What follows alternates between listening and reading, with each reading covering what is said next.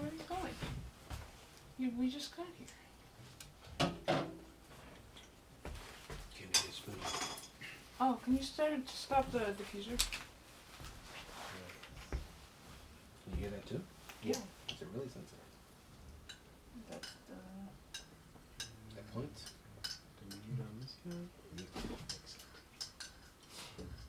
Oh, can you lower the volume? Because she's probably going to say, here's a reminder. Throw yourself out a window. I think you've raised the volume all the way up. I did.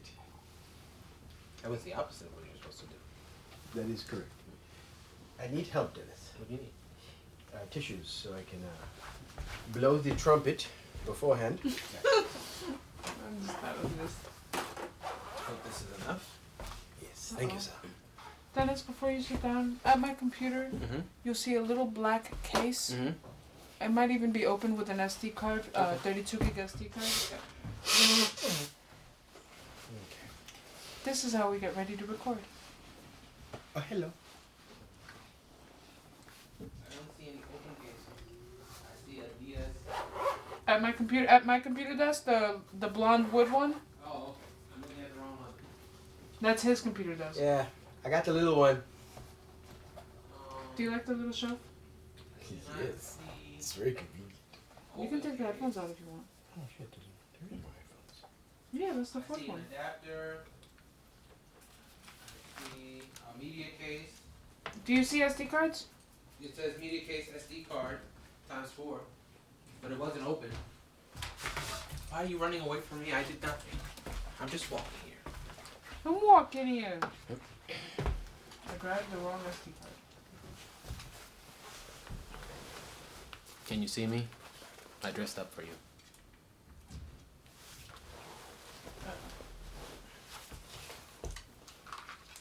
I need those headphone thingies. What are headphone thingies? The thingies you put on your ears.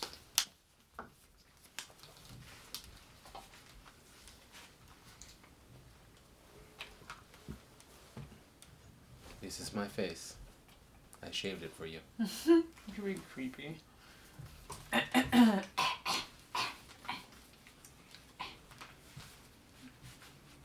Testing.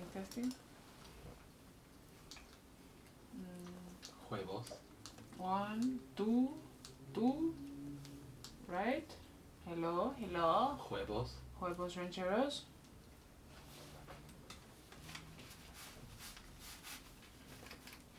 The mic should be like an inch away from your face. Don't you? My mic sounds nice. It's not unusual to be. Yes. Are we good? No. Are we? Are we good? How are we? Not good. Do we hear each other? Stop I hear this. you. Hey, fix it so that it's right up in your mouth, so when you start sitting back, it's still in your face. Pause. Hey! The appagier. There's a pillow if you want something for your back. Just a little snake jazz to start our podcast.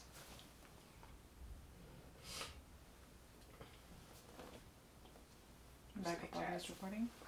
Main audio is recording. I have my depressing, not chocolate tasting tea here. Just think about how great you'll feel. Why is it facing the ceiling? I don't know. Fix it. Is it not right? I thought I could No, hear no, no. myself and we were good. I It should be facing your mouth. was trying to get the spit guard just right and it's not working. It's a pop filter, not a spit. It's a spit guard because I spit. What is? I spit hot fire. No. Can't be spitting, son. No. So what's popping that would need to stop popping? Pops. Pop. Pop? Yeah. Is that not a good thing? Pop. No, we don't want actual popping. Well, sit at the desk. Sit right. It's not a desk, it's a table. Whatevs. What are you doing over there? He's being weird Yeah, about his I pop see card. that. Can you say something? Hello. No, but it's up. How's your brother? Uh, I haven't seen him in a while. I'm still facing the ceiling. Am I? Is it? Can you hear yourself well? Yeah, I can hear myself. I can't. I can hear you in the room. I can't hear you through the headphones. He's trabajoing. Are you? He's working? Yeah. Hello? I'm trying to get this as close as possible. Are we good? That's better. Can you hear me? I mean, I guess. Are we getting good levels? There it is. I can hear it. Can you guys hear me? Why are you so far away from the mic? Because... Ooh, why are you so far? Don't hide from the mic. The rhythm's gonna get you, that's fun. Hello. Okay. Pop. I am prepared. Are you? No. There you go. Move that pillow up. You know there's this podcast? Mm-hmm. It's called the Old Books Podcast. Oh, yeah? They read old books, Uh-huh. and then we talk about them. So I guess that's us. I guess so, yeah. Yeah. Oh, shit. What book are we talking about this time? I don't know. Something about a stone from the moon. Ah, yes. The Moonstone. Ah. Who wrote this book? Who's the author? It was written by Wilkie Collins. Oh. Apparently, some background on this. So, this, we were looking for... I know you're not gonna slurp. I just needed to have a little sip of my Earl Grey hot.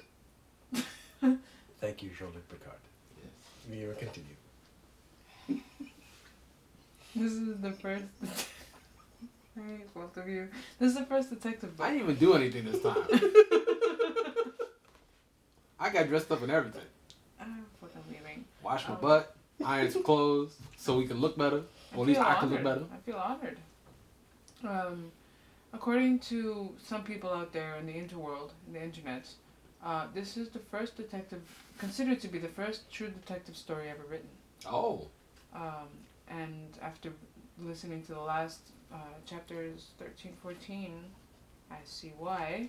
I see very strong similarities to my favorite detective. So... Bootsy Collins? No. Oh, he's not a detective. So as we were, looking for old books, Mm-hmm. we looked up, detective books. Because Sherlock actually mentions other detectives that exist in books during the stories. Oh. So one could assume, they must be older than him if he's mentioning them. And then when we looked up, I literally typed into Google, mystery detective stories. Moonstone comes out as the quote-unquote the agreed upon first. Oh. So we're like, oh, okay. So that's why we selected this book.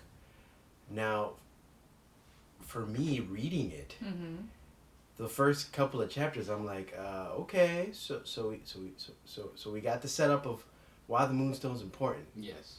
And then it got just really, really weird for me. What was weird? Because then we have this British gentleman telling me his life story. Yeah. That for a few chapters, I have no idea why. Yes. Because he meanders. A lot. Yes. And maybe it was just the writer's way of talking about their difficulty in writing. Because at one point he's like, I find myself writing about myself and not the subject I'm supposed to be writing about. I wonder if all novelists have this problem. No. Get back to the story. Podcasters definitely have this problem because we do it all the time. Well, This is true. That's kind of the thing. Am I not close enough? You are, but you're hunching. Oh, okay. I generally don't have very good posture. No, but I want you to make sure you don't feel like you have to hunch to get to the mic. I just want to be as close as possible. You just... Maybe he needs a platform like me. No, he doesn't. See, ladies and gentlemen that they're watching this, I have a platform because I'm not good at getting close. No. Also Oh, by the way, speaking of those watching us, we are filming this episode. It'll be on YouTube eventually. Yes.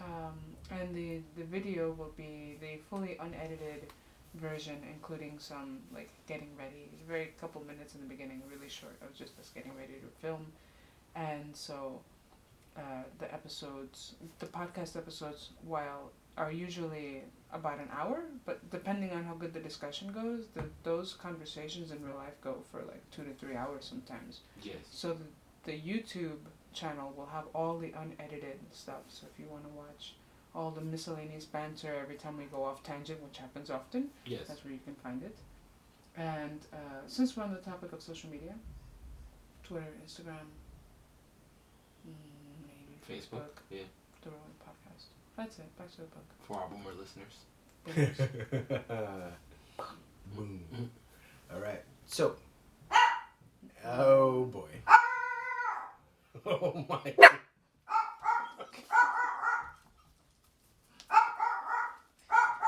Toby! So we now have dogs and surround sound as well. Yes. Toby! Where before we only had the one, we now have two. Yes. What's making him bark in the living room? I don't I know. don't want to get up. Alright, I'm He's- gonna act like it's better now. Mm. So what were we saying before Toby chimed in? Chimed in. Right, the book. Yes. So he meanders. So he meanders, Yes. and that was kind of annoying me. Yes. And I was What? like, It well, didn't annoy you? No! What did you What- think about his meandering? I thought it was really funny. Oh. no, there were funny sections to it, but a lot of it was like when he's telling me about his daughter. I'm like, okay, so his name is wait, I have it written down here. Yes, he took notes this time. Glad somebody did. It's I damn sure did. Gabriel Bettridge. Oh, it is Mr. Bettridge. Okay. Mhm. Yes. So this gentleman, what I've learned through first his meandering, Mm-hmm. and then later as the book goes on, he has two opinions of women. Yes. Mm-hmm. There is the opinion that he reserves for his lady, Mm-hmm. her daughter, Mm-hmm. and his daughter, Mm-hmm. which is, these are wonderful creatures Right. Yes. with class and dignity. Yes. And then there's all other women, Mm-hmm. Right. these creatures that are fragile, that panic, Mm-hmm. that, and if they're not fragile and panicky, they're evil and vengeful. Oh. So he's a man. But his is very, like, it's one of those things where I'm like, Jesus. For instance, when one of the funny moments of his meandering, how he decided to get married. And he explained it to his lady, as he put it, it's cheaper to keep her. Yeah, pretty much. Because he was renting a room from her, and she's charging him. So he's like, well, if I married a lady, she can't charge me anymore. Right, I mean- but she was also cleaning and stuff. And so Right. he's like, she has to do all of this for free now. I mean, if it makes fiscal sense, it just makes fiscal sense. So that's how he decided to get married. Mm-hmm. But then, again, another funny moment, he then decided not to get married. Yep. And Well, she told him, apparently that's a thing though, because he said, like many men, that happens at the last minute, they want to back out. and the way supposedly in Victorian England it worked, if you choose not to get married, the lady will tell you what it'll cost you to not get married. I was like, oh, there's a cost. Well, there's that constant in our society where you hear men say, you're going to end up paying for it some way. So, at least he knows he's paying up front. So she told What? him, she That's told why you keep us running around. dun dun dun. Oh. So she told him, it's too late, we get married. Mm-hmm. So he got married, and almost in a spiteful fashion, the way he put it, because everyone kept telling him to get a nice jacket. When he knew he couldn't get out of the marriage, he went and got a cheap jacket. Mm-hmm. It's like, okay. And eventually, she dies. And, he's okay with that. Yep. Because he got a daughter out of it, he's got a house out of it, Yep. and his lady is really nice to him. So, again, then he kind of meanders about other stuff. Dog clap. I'm sorry, I just saw the dog running with She's got a squeaky toy. what I now know is a bone, but from one angle, it didn't look like that. It was like, what kind of stuff are you guys leaving around the house? Oh, no. No. And why is it fuzzy? Fuzzy. Texture? Flesh? Whatever you like. Just saying. So yeah, the teeny tiny funny jokes here and there, Mm-hmm. appreciate. Yeah. But a lot of it I was like, I could have done without. Though, Robinson Crusoe. Crusoe, Which yes. I guess is our next book, because You're Is right. that a He's, real book? it's Yeah. I It looked is it a up. real It's a book? book. Oh, so we're gonna have to. So what I kind feel of like book we is have it? we have to read it. What kind of book is it? I just looked up to see if it was a book. This sounds like it's Isn't it based like in an philosophy adventure? or something. Isn't it some sort of adventure It book? sounds like an adventure book. Yeah. I can. I know I think there was a TV show. I think there was a TV show. I'm not sure. Are we gonna smoke pipes while we talk about Robinson Crusoe? I can't. I mean, he said that's how you're supposed to do it. And Yeah, supposedly reading yeah. this book fixes all that may ail you. Right. Like every single problem that he is faced with, he is fixed by a tug of his cigar or pipe. I Mhm. don't remember if it was a cigar. I think it was a pipe. And some Robinson Crusoe. Ahsoka is now showing me some love under the table. Excellent. What do you mean? What kind of? She's like licking my hand Oh, it's so weird. on my knee. What did you think, Dennis? I agree with the meandering. I had to get that was like hard to get through because I was like coming home tired, Mm-hmm. and sometimes I listen on a train on wherever I'm happen to be going, and so like at some point I was like, I don't know what this book is about, but I'm sure it's about the diamond, Yeah. and I've heard so little about it, Right. and it's starting to make me angry. Oh, really? Yeah, so I was glad that at some point we started actually talking about Mm-hmm. the diamond. Right. And then like its arrival, wherever it was going, and why it was coming to where it was going, Mm-hmm. and that sort of thing. I don't know. I guess maybe like Moby Dick kind of sharpened my teeth on meandering stories. So when he kept going off on these tangents, I didn't mind it so much because I labeled it for what it was. It's like, okay, this is going to be this kind of a story where it's going to kind of, get from here to there by way of every other way. Yeah. And so I was like, okay, so that's what it is. It's fine. Let's just see where it goes. And then every single it's not like I imagine like reading it would be like every page equivalent.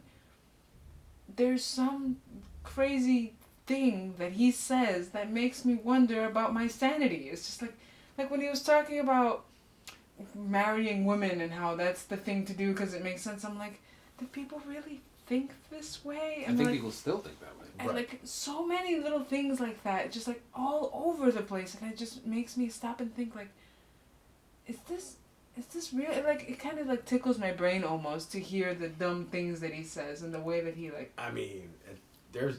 Yeah. He continues to Mm-hmm. like I said, his expressions. Mm-hmm. Anytime he describes his lady, she's a good-looking woman. She's smart. She's composed. Though anytime she shows kind of like anger or anything, It's the family. it's the family anger. Yes. Oh, what's his name? This guy that's the well-traveled one and. Franklin. Oh my, those are great. Yes. So one of the characters, Franklin Blake, his father tried to prove that he was a duke. The government didn't agree, so he sent his son outside of London, England, all of it, Mm-hmm. to get educated because he didn't want them to educate his son because they didn't believe he was a duke. So anytime there's interactions with Mr. Blake, Gabriel, but how do you pronounce his last name? The butler. Oh, okay. Well, anytime he has interactions with him, he describes what he's doing and he associates a nation to it. Yes. So when he's being strong-willed and into action, he's being British.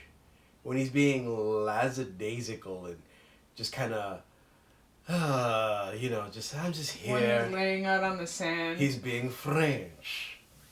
When he's being morose or just like defeated, he's German. And you're like, listen, it's just like, oh, so the bad things are other people. Yes. But when he's here to be a man. When he's taking charge of the situation. He's British. That's right. You're like, oh god. And then there are times when he's like, I can't tell who it is, but it's definitely not British when he's like floundering around and he doesn't want to take any stance on things. That's when he's Italian. Yeah. Yes. Where he's just like, things are happening. That's you're it. Italian now. Well, that guy had spent time in all those countries, right? Yes. Yeah, yeah. And so they were just saying like, like, this is a guy with 7 different personalities Yeah, apparently because he's been to all these different places. Because he was educated in all these different places. Yeah, so funny. You know, little bit at a time. Mm-hmm. He took on the traits of those countries. So my question then is, what do you guys make of this accused housemaid? I mean, she technically hasn't been accused.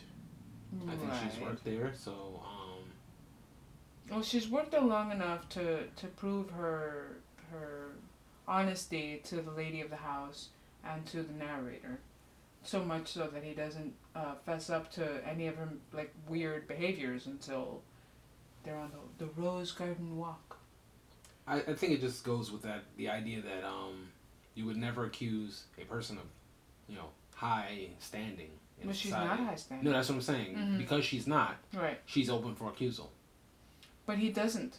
He does everything he can to resist looping in anything to do with her past and her past accusations and stuff until he really has to, because he feels like finally there's a situation where by giving the information it'll save her from being accused.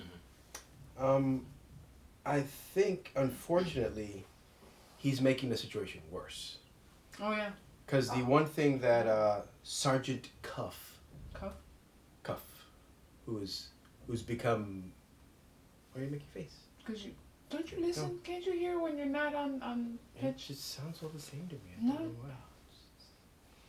why. The one thing Sergeant Cuff keeps making very clear to everybody, it's not stolen, it's missing. He keeps repeating this. Right. It's not stolen, it's missing. And everything about this old guy, I like. Mm-hmm. Everything. Including when he gets out of his carriage, the first thing they said he did, he started looking around the outside of the house. I was like, oh, this sounds familiar. Mm-hmm. Oh boy. She's at the window. Ahsoka, come here, girl. I thought she was still under the table. Nope, she ran off after him when he left. Monkey see, monkey do. Yes. Ahsoka. She likes that window, baby. I know. Okay. The dog stands in the window and barks at people in the street. Did you say stands or dance? Stands. Stands. Okay. I mean, she dances sometimes when she gets excited. The old guy. So the old guy. So a lot of the things he's doing are very what we associate with Sherlock. Yes. He's scoping out the place. So, as the investigation goes in, did anyone else feel like he set everyone up with the whole, I have to check everyone's room, but the best way for me to not make everyone absolutely. Angry Absolutely. is if you guys say yes too. Right. Oh yeah, it seems like a common thing. Because you can weed out or focus in on whoever's the most guilty. Mm-hmm. So you would go after them. Right. Oh, you can't give up your key? I'm checking your room first. Right. And like the moment he said it, I was like, he doesn't care about any of the servants. He's trying to see which one of you motherfuckers say no. Mm-hmm. Yep. And then of course the daughter did it. Yep. And I love it when they came back with the no, and he's not even surprised. He's like, oh, And of course the butler got offended. Why are you not surprised? I mean, it makes sense. Whoever smelt it, dealt it. Not necessarily. So I was reading a book recently. It was talking about people's reactions. You read different books than books for this podcast? I mean, I read like 2 How dare books you. every month in addition to the book of them that we're reading. But there's this whole thing about how people have a tendency to react differently, and people like our generation and prior have all been very heavily imprinted by a lot of the reactions we see on TV and in news and movies, and the extra dramatic reactions of the suspicious look and the things that like we associate with liars, and the being shocked is like having your eyes open and your jaw drop. But the reality is that most people don't act anywhere near that. And so there was one thing that they'd mentioned where they did a study, and they had a judge go through, I think, I don't know, like over 20 different, maybe like 50 different people, and the judge had to see who was lying and who wasn't, just based on pure body language. And the judge got like 60% of the questionnaires wrong. Nope. And he was just looking based on body language and stuff, and he got most of them wrong. And so I think that's kind of what's happening here is like he's looking for certain things, but it might not be what everyone is suspecting. And so the narrator, this guy, is like, he feels like he has to cover the housemaid for acting funny because he's afraid that her behaviors will make it seem like she's guilty, but the detective ain't even looking at that. Like, he's looking at other things. Right. But what I appreciate, how offended he was, because he almost started piecing it together there, like, wait, why is he looking at the young lady? Mm-hmm. And it's like, everyone is missing everything he's doing. And the way he spelled it out to that other dumb cop, Mm-hmm. where he's just like, you didn't investigate the paint Mm-hmm. at all? Right. And of course the cop had to leave in a huff. He's like, you're making a mountain out of of a molehill. molehill. And his counter to that, I was like, he's like, this is true. And some people never see the molehill because their heads are too big. Like, ooh. That's when you leave like, damn, he made me look like an idiot. Then he insulted me too. I'm leaving before it gets worse. Salt? That's what the British would come and know as sick burn. Oh, yeah. Sick burn? Yeah, sick What's burn. sick burn? A sick burn is, Oh, burn. sick. Yeah. Got it. Dennis, what do you Yes. think? I just like I want to talk about the jugglers.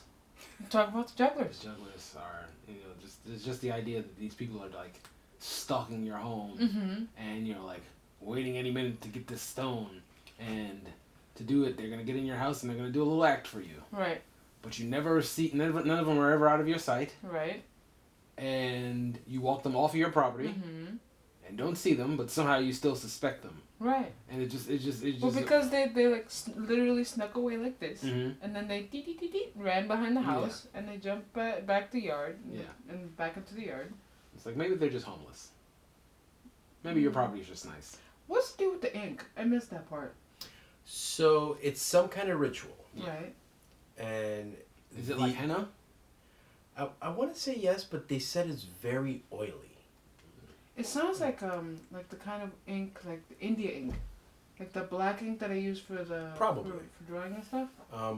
What I found interesting was that the child that they were using to be their seer wasn't another Indian boy, but a little blonde boy. Hmm.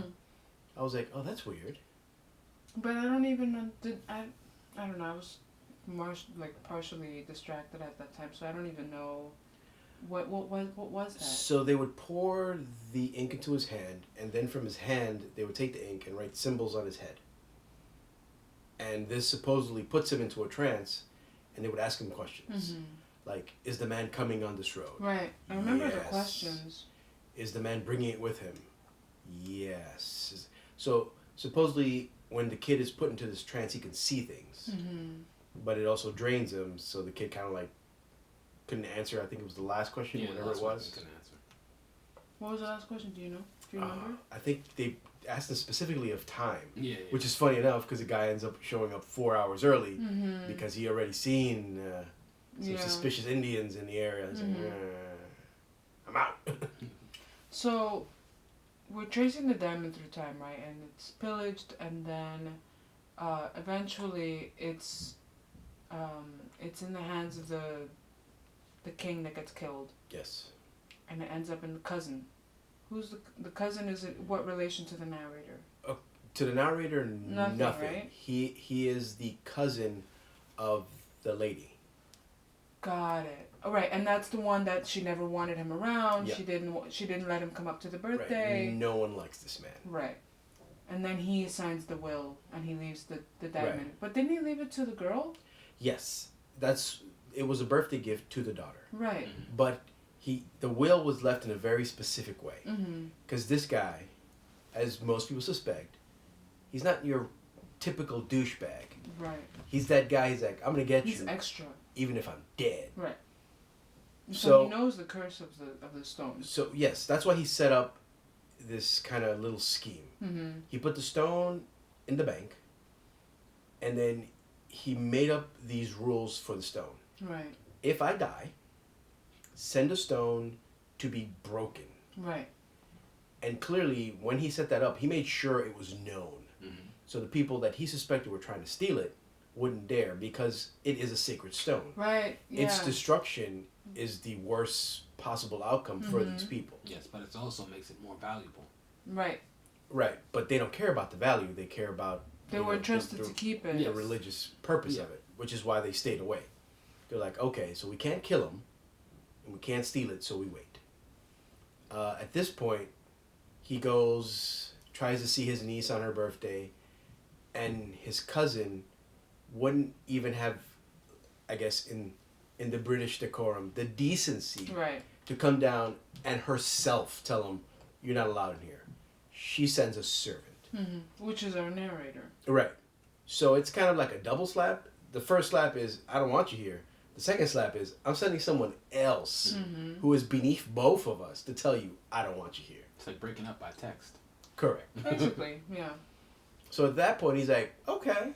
And of course, the servant mentioned it. He's like, how calmly he was like, oh. Right, because he was known for his temper. So at that point, he's like, oh, something bad's going to happen. Mm-hmm. And what he eventually did, he wrote in his will that the niece would get the diamond. Right. But only if her mother was still alive and present to see her get it. Right. Which I thought was interesting because so when this guy brings the diamond and he's having a chat with the narrator by that beach, the shimmering sands beach, whatever it is. The narrator's being so, like, not the narrator, but this cousin that brought the stone is being so naive to think that he was just trying to, like, show that he didn't take any hard grudges with him into the grave by gifting the daughter this really beautiful stone. It's like, nah, fam, you know the history of the stone. You know the curse. This is not a nicety that he's doing. I think it was a mix of, because he's been away from the family. So he may be a bit naive. Probably. So he may just. But he knows the history of the stone. He knows the story of the stone. Remember, these are British folk. They don't believe in the magic and I mean, at points they call it like, what is it like? Just fluff, fluff, like right? They clearly don't believe in it. But if you follow the history, which was told to you by because the first section of the book is told by the cousin of the evil cousin at the point where they got the stone, where he literally murdered 3 Indian men in a room with the very dagger that the stone was attached to. Yep. Only 3. Only 3. But at the same time, they were part of a regiment where the general had given the order. He's like, no one's stealing anything. And if you steal something, I have the quartermaster right here. You will die. Right. So literally he disobeyed orders, murdered people. Well, we don't know that. We will, because no one was there at the scene of the crime. All we know is that he was there with a bloody weapon and a dying man, and that weapon just happened to have a fancy jewel in the hilt. Nobody knows. Yeah, we know. Nah. We know. No. We know. I don't know. I mean, there's evidence. Blood, knife. Yeah, but we didn't see the stabbing. So I'm just saying, I'm just saying, like, you can't be People been accusing locked up people for without worse. seeing them. People have been locked up with less evidence. Yeah, but Yeah. these are favorite times. And don't forget that dying Indian said, "The curse will get you." Right. He won't point. He won't point at somebody else. He look at him. Mm-hmm. Right? Just like the rhythm. The rhythm is gonna get him. Smack. So yeah. So he sets all this up, and then the damn thing goes missing. Right. And the first thing they do, they accuse the brown people. Mm-hmm. Well, it wasn't an Indian cabinet. It wasn't, yeah. so it was. That's true. So they accused the Indians, and there is proof that the Indians never left their hotel. Yep. That's what's great. They're like, the guy comes back, he's like, oh, when we spoke to everybody and everybody around them, these guys never left the hotel. So what happened? Well, because we suspect them, we convinced the guy to hold them for a week. Damn. Sounds very familiar. Damn. I did appreciate when the detective was talking about. Oh, it wasn't the detective. It was somebody else, I think, who was talking about how how certain parts of the world, like more like talking about like the Indians and stuff, he was like, how do you feel about the ashes in your tray? And he's like, certain religions feel the same way about killing someone to get something back that's a sacred or religious artifact, as little as you care about the ashes in the tray. I was like, that's a really interesting way to put it. Yeah. Because it is a way that they. Well, that was the well-traveled gentleman. Yes. And he eventually told Mr. Blake that if he ever wants to travel, he's like, I'll travel with you, because you one lucky motherfucker. Mm-hmm. Because he's like, you just happen to decide to take the early train. Anytime you went, you just brought your cousins just by chance. You a lucky motherfucker. Yeah. And that's where he explains. He's like, no, they would have murdered you. But he explains also, because at one point, I think Bettridge calls them savages, and he's like, no, they're beautiful people. Mm-hmm. He's like, it's just that what they've done by leaving their continent, Right, giving up their religious stature, caste. Mm-hmm. He's like, that is horrible what they've done to themselves. Mm-hmm. This is a reminder. Take down dinner. I don't even know what that means. That's a reminder to take down dinner. Oh, from the freezer. Mm-hmm. Oh, This okay. is a reminder. To Take down find as dinner. little as 0. She hates us. Oh no. Yoink. There are other reminders. See that? You care as much about Alexa as you do about the ashes in your That's true. You right. tray. Um. She's just doing her job. So. Literally doing what we told her to. Yep. Yeah. So that comment, I was like, damn, Mm-hmm. he's got a point. Where he's like, what That was they've a done, really good part. what they've done to themselves Yeah. Especially if they for- don't come back with it. for this mission is to them it's detrimental. Yep. And then he's like, but at the same time, because they've done this, your life don't mean shit. That And I was like, yeah. I get that balance. Mm-hmm. This is their world, and you, not you directly, but your uncle, Yeah. he done stole it, and now you holding on to it, so you still guilty. That's right. Now, do you think that the curse and that bad things will happen to you is more coincidental? Like when you have the stone on your person, you just always missing trains, you get hurt, things happen? Or do you think it's almost like a self-fulfilling prophecy that bad things will happen to you because the protectors are trying to get you, and so by them trying to get you to get the stone, you're putting yourself in peril and stuff like that? I think you holding the stone that somebody else wants to get is gonna get you shanked. Right. For instance, it's something that's mentioned in another detective story we like very much, Mhm. The Blue Carbuncle Oh yeah. in Sherlock. Yeah. He mentions that to these like precious stones, there are more murders and Mhm. thefts tied to them than almost any other thing, because people take great pride in possessing them. Yeah. Therefore, people take great pride in taking them. Yeah. Yeah. But I'm just wondering, like, do you think the stone is actually cursed, like bad juju, like when you have it, you have bad luck, or it's bad because people are trying to harm you, or it's a little bit of both? If we follow, let's say, the belief that the Indians have of this particular stone, Mhm. that it was literally Vishnu Yeah. who blessed it. Yeah. One of their top gods blessed it, which is basically like, come worship the stone and leave it alone. Right. If you take it, you take possession of this thing, Right. you will be punished, Right. and not just you. That's what made the curse interesting. Everyone you care about. Everyone you care about will be punished along with you. Which is why they had made sure to give it to the girl while the mother was alive. Right. Yeah, I mean, it would seem that it's bad juju. Like, the cousin seemed to have run, like, very poorly his entire life. Oh. Like, he was ostracized from his family. He seemed to be in bad health. He had bad luck with money. Like, like, when he showed up that day at the birthday, they said that he didn't look very good. Right. And so, maybe it is juju. I don't know. I know if somebody offered me a stone and it was beautiful, but they told me that they had something to do with something, I'll be like, oh, no, thank you. You can keep that. I don't want that. I don't know. You would take it? I know what compound interest is. I know just a couple of days can make me a good amount of money. Mm-hmm. So maybe I'll take a couple days of bad luck, make some interest. I'll be alright. Oh. See, I'm of the sound belief where hearing the story, Mm-hmm. the bad luck seems to rear its ugly head when you take the stone. Right. Now, if someone hands it to me, because I know it's bad history, I'm like, oh, thank you. And I'll make my way immediately to a nice jeweler. Here you go. Thank you for the money. By the way, this might get you killed. And leave. You would tell him. I mean, jewelers, because of who they are, Mm-hmm.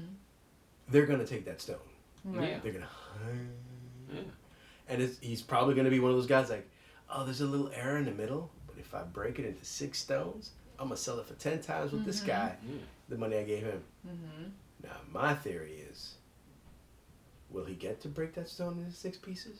Maybe, maybe Yeah, not. maybe not. Who knows? What was that thing they were saying about turning the stone into, like, heating it up and turning it into vapor? So that was the crazy doctor. Okay. Oh, you mean the one who's Who says he's waterproof? waterproof? Yes. He said he's waterproof. Basically, the way the narrator described him, he's that super friendly, say anything that comes to his head immediately kind of guy. Ah. And he's the one that was raving at the dinner party, right? Yes. And again, like, that dinner party was awesome. I felt bad. Because everything was awkward and tense. And Like Thanksgiving.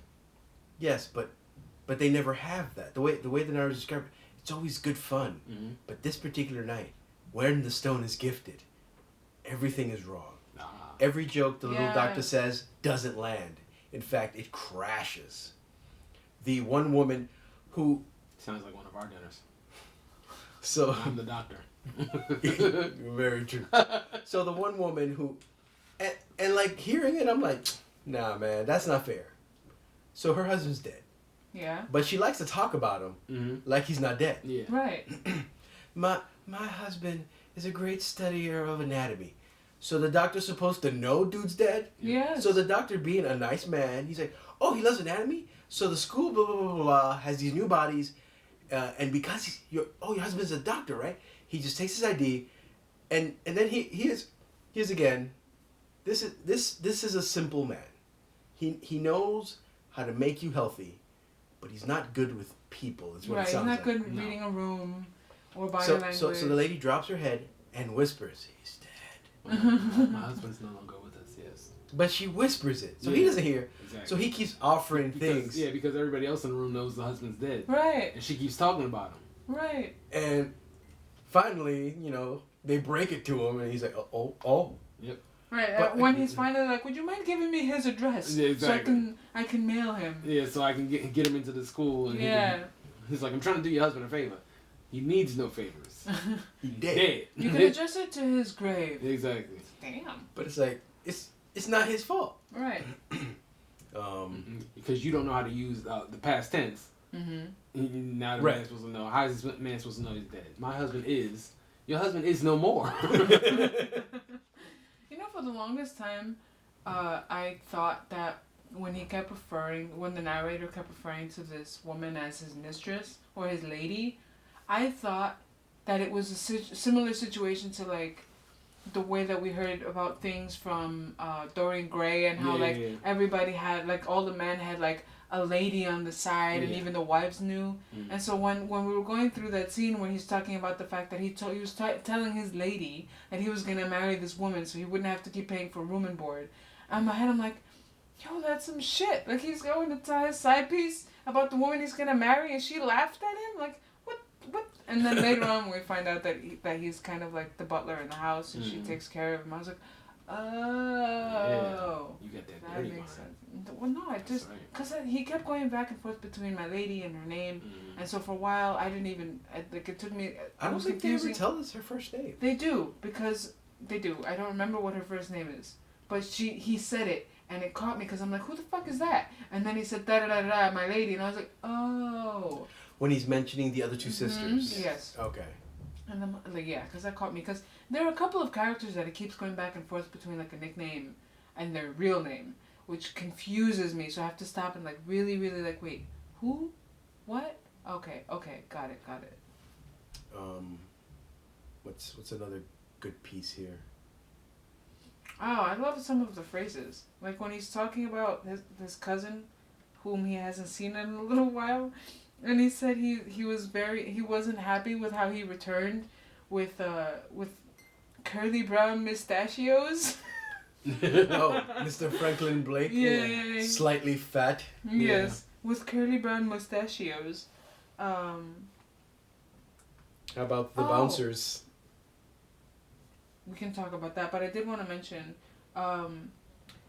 the way that the narrator described the vibe off of her cousin reminded me a lot of the way they described Dr. Hyde. Ah. How like people in the street and animals would react and just like have that really negative vibe. The one that gifted her the stone. Mm-hmm. That was her cousin, wasn't it? Franklin Blake. Is that him? Yeah. The one that had the stone that died and left her the stone. Yeah, that guy. But the way they kept explaining. Oh, the colonel. Yes. Okay. That reminded me a lot of how people just naturally reacted to Dr. Hyde. They were just like, oh no, like that guy is pure evil. That's what that reminded me of. But yeah, you can talk about the bouncers now. The evil man is Colonel John Herncastle. Yes. So when his description of women. Yeah. When they're outside of that small circle of perfect women. Yeah. We get the others. So the other cousin, the smooth talking gentleman, shows up with his two sisters, who basically from the description, they're just voluptuous women. Mm-hmm. But they go, oh, for everything. That was funny. That was funny.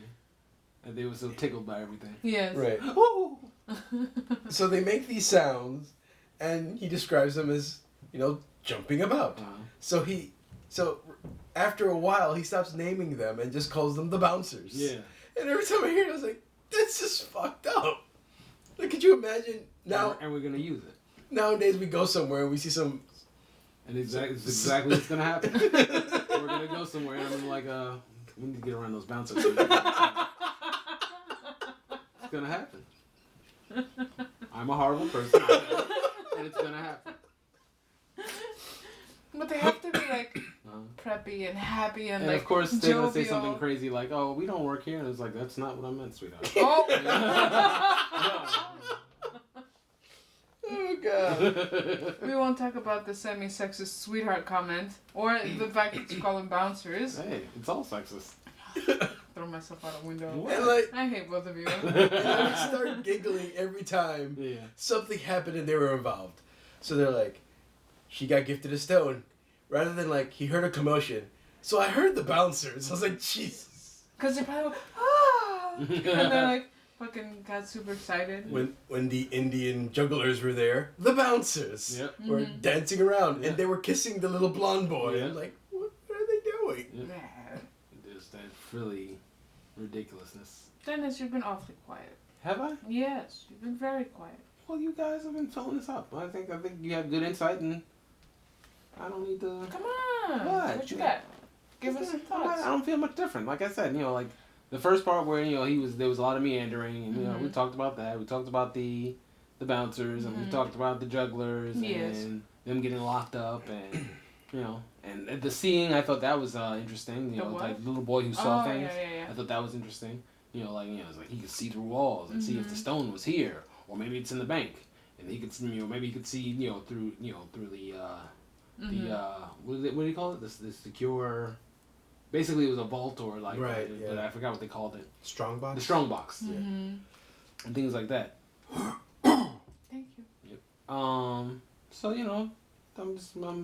right now I'm just like flowing with the story. There's nothing really much to tell right now. I think we're getting into the meat of the story now.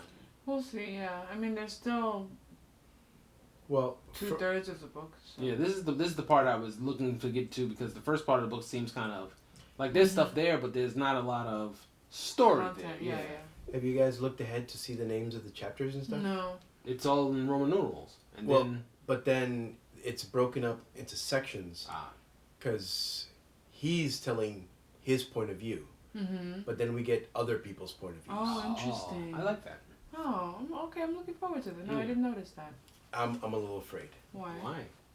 Well, because as you saw, the first 3 of his chapters was meandering. Yes. There's like 4 other people. I hope they don't meander. Well, maybe they will, maybe they won't. But it's audible, so we're fine. Yeah, Right. it'll be. Yeah. Yeah, it'll be fun. And there will be no cetaceans in this book because we're on land. Why would you say that? Huh? Why would you? They're by the sea. Are they? Yeah. Oh God. You just guaranteed there'll be a section. Oh my God, there's gonna be a whale. There's gonna be a whole section on whaling. There probably will be. Yeah. I was looking forward to a sea, like a land-based book this We'll see. time. Maybe. So, Not that I dislike the other books, but just this like at some points the sea stuff can be a little much. Yeah. Yeah. So far, who's your favorite character? I like the detective.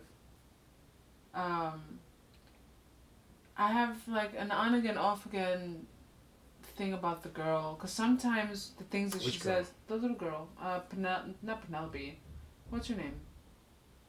The little But- girl. The person who's gifted the stone. Yeah. Okay. What's her, the daughter? She is Lady. One moment. Mm-hmm.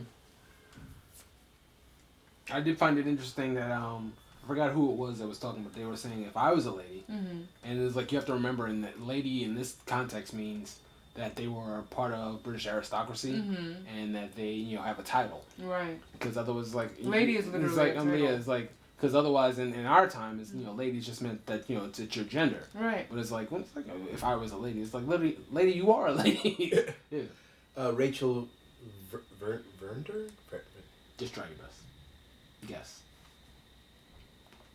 I assume I was gonna get the name wrong. Verinder? Verinder. Yes, that sounds right. Yeah. So, you like Rachel? Well, because almost everything she says, the narrator reacts with, oh, she said something that was inappropriate, or I thought it was funny when she's like, when she was passionately like combing his hair and tying his tie. That was good too. That Yeah. was really funny. The one who was combing his hair was his daughter. Oh, was it? Yeah. Yeah, but that was a good part when he was like like when she gets upset and she's like fixing my cravat and she's basically choking him because she's so excited. She's like I can't believe. She's choking the man and she's fixing him and she's doing this loving thing, but she's doing it with such anger and force. Well, he's like, thank God for the hair thank on God to protect you from the bristles. If you're bald and you're listening to this, yeah, I'm sure you'd be glad because otherwise you would be bald. So he wants to like chastise her for speaking out, and meanwhile he's like choking and getting his scalp like. Fucking. So yeah, that was Penelope. Penelope, yeah, right, his daughter. but like every time she speaks something like to him that seems to be outlandish or when rude. she's arguing with him about whether or not the housemaid loves the guy. That and who Rachel likes, because there's the 2 cousins, Mr. Franklin Blake, who's short, fat with curly hair, and then there's Godfrey, who's the other cousin, the tall guy with the wonderful hair, the shaved face. Wonderful hair, yeah. You mean he doesn't have mustachios? No mustachios. Now the other thing, the moment he starts talking about him, I was like, I don't trust this man. Because the first thing he's like, he's a philanthropist. I was like, oh, so he gives back. But he gives back to specific things. Yeah, like Only Scrooge. No. He gives back to prisons. No, not to prison. I know. Only to women. Okay. All of the groups he's involved with Poor women though. are only a bunch of women. Yeah, poor women. That's who needs it. So I'm sitting there, I'm like, what's this guy up to? You know what he's up to. Oh, we know what he's up to. Yeah. So all his organizations, he's like, women suffering, single mothers, and he mentions it. He's like, there's always these gaggle of groups of women leading these organizations.